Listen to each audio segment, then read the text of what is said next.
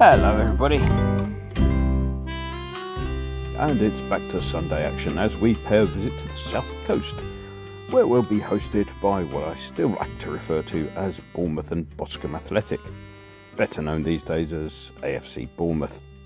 Kick-off at Dean Court is at 2 p.m, and there's no official UK TV coverage. Transport down there by train is subject to disruption, with trains being diverted via Havant, which will add about an hour to the journey.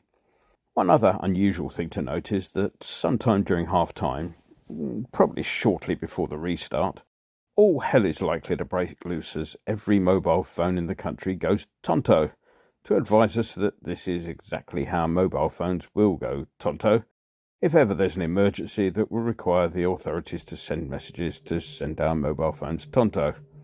Knowing our referees, they'll probably disallow a goal on the strength of the message. So Bournemouth then. Well, much has happened since we met last year.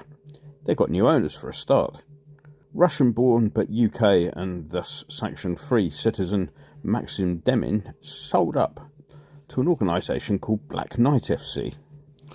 Black Knight FC has absolutely no connection with any team currently strutting its Sunday hangovers around your local pub league, I should point out. This Black Knight FC is the vehicle through which an American chap called Bill Foley has purchased the club. He also owned something called the Vegas Golden Knights, who, Daisy informs me, are an ice hockey franchise. Bournemouth have put together a few results in recent weeks, winning 4 and losing 2 of their last 6. This includes their last 2 on the trot, though since they were against Leicester and Spurs, that hardly counts. Prior to that, they lost 2-0 to Brighton, beat a hapless Fulham 2-1 at home, and then went down 3-0 at Villa. All of this has lifted them to 14th place with 33 points from 31 played, which is 2 points and 1 place above us. Good one to win then. The arrival of the new owners in December meant that there was cash to spend in January. Something that might have had former manager and ex-Hammers non-skipper Scott Parker sucking on a thoughtful tooth.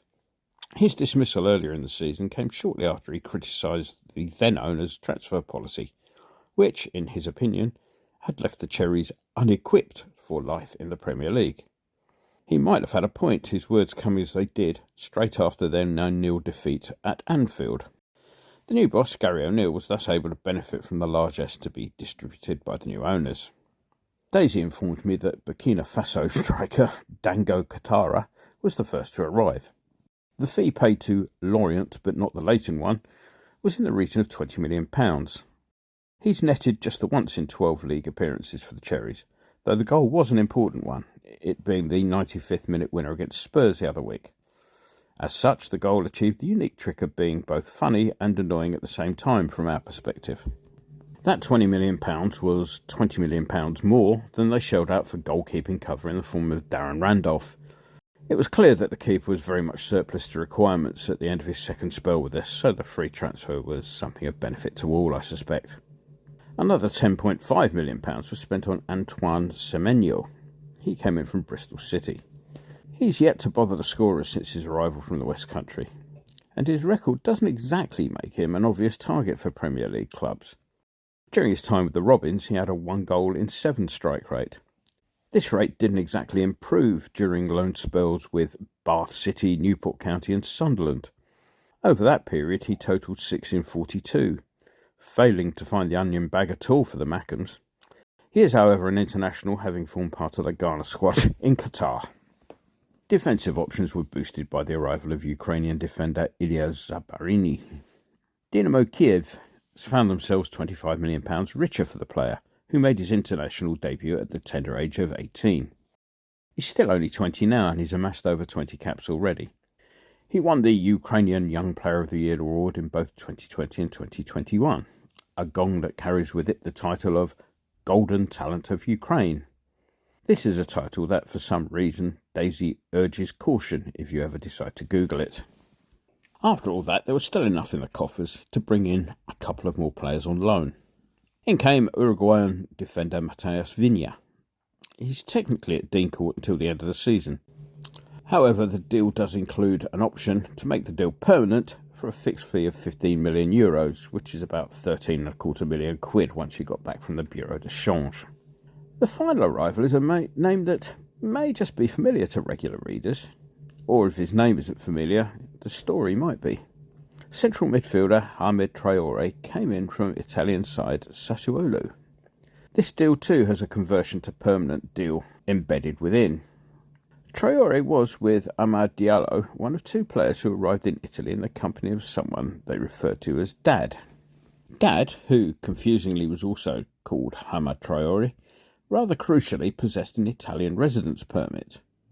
This allowed him to bring in his sons as part of their rules on family reunification. All of which is all rather touching, but for the fact that Traore Sr. was no more their father than I was. Diallo, who I believe is currently on the books at Old Trafford, gave the game away somewhat by changing his documented name of Traore back to Diallo on his 18th birthday. Both players admitted to the falsification of documents in order to gain resident status in Italy, and ended up with plea-bargained fines of €40,000. These were paid as part of an investigation into player trafficking. Traore won't be available this weekend due to injury, and he's joined on the sick list by a brace of ex-Hammers in the form of Fredericks and Stanislas, whilst Vinya himself is rated only 50-50 with a back problem. Enough of that, man. Let's move on, shall we, to the wild and wacky world of association football, and spare a thought for tourist attraction and hedge fund target Manchester United, who crashed out of Europe in hilarious fashion the other night. I guess beating Sevilla isn't for everyone then. And if you're in need of another laugh, there's always Spurs, isn't there? You may recall that Managing Director Fabio Paratici had been hit by a worldwide ban from football activities following his involvement in the financial dealings currently under investigation at Juventus. Spurs seemed confused as to the meaning of the words worldwide ban and football activities, and were seeking clarification. Though I suppose they could be forgiven for not actually having a clue about what football activities really are. Paratici's 30-month ban was upheld on appeal, and he's now decided to resign from Spurs. Officially, this is so he can focus on further appeals, though there must be a suspicion that, having had a look round the place, he's come to the conclusion that even a 30-month ban is better than working for Spurs. Let's move on to us then. And, well, it was a case of it was all right on the night in the end, though it did take us a while to get going, didn't it? Though there was some decent build-up play early on, sloppiness abounded with the final pass, and the opening goal reflected the lack of care we were taking with the ball. We desperately needed the equaliser before the interval, and thankfully that's exactly what we got. The second half was everything that much of this season hasn't been. There was flair, fast-attacking football, and a sense of desire and urgency that has been all too a rare sight this season. The only surprise was it took a penalty to give us the lead. I have no idea why Paqueta felt the need to take over from Benrahma at that point, and surely I can't be the only one who dislikes those daft stuttering run-ups that seem to be in vogue at the moment. But at least he put it away, I suppose. And then there was Declan Rice. Now, I'm very much a 100% heterosexual male, but frankly, I'd have married Rice when he scored that goal. Under the circumstances, Daisy took my comments to that effect rather well, I thought, and I'm sure I'll be able to walk unaided any day now. It was a superb goal, and I would simply repeat my earlier comment to the young man as follows. Arsenal, you can do so much better than that. I think on any other day, Antonio's second and our fourth might have got a lot more praise than it did, though if churlish is your thing, you might suggest the keeper might have done slightly better, I suppose. So, in the last two games, we had two rather good halves. If only we didn't require a goal or two in the debit column to wake us up. On the injury front, apart from Skamaka, whose season is now done, there is still a doubt over Ogbonna. Ogbonna might have been fit in midweek, but he was able to sit that one out thanks to that daft suspension he picked up. Which brings us nicely on to the prediction. It would be easy to get carried away with the performances of Sunday and Thursday, but I think we do need to have a few caveats in there today.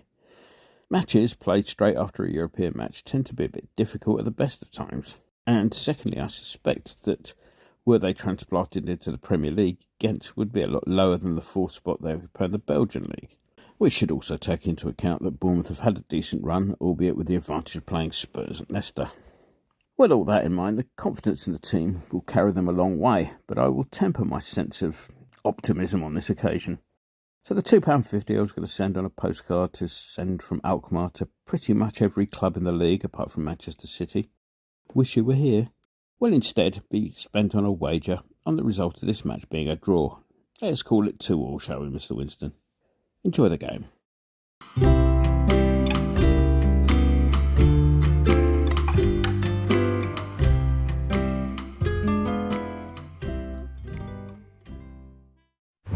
We're here in the offices of a Late Late Show with the host of a Late Late Show, James Corden. Hi. Big West Ham fan. Yes. And big knees up Mother Brown, man. Yeah.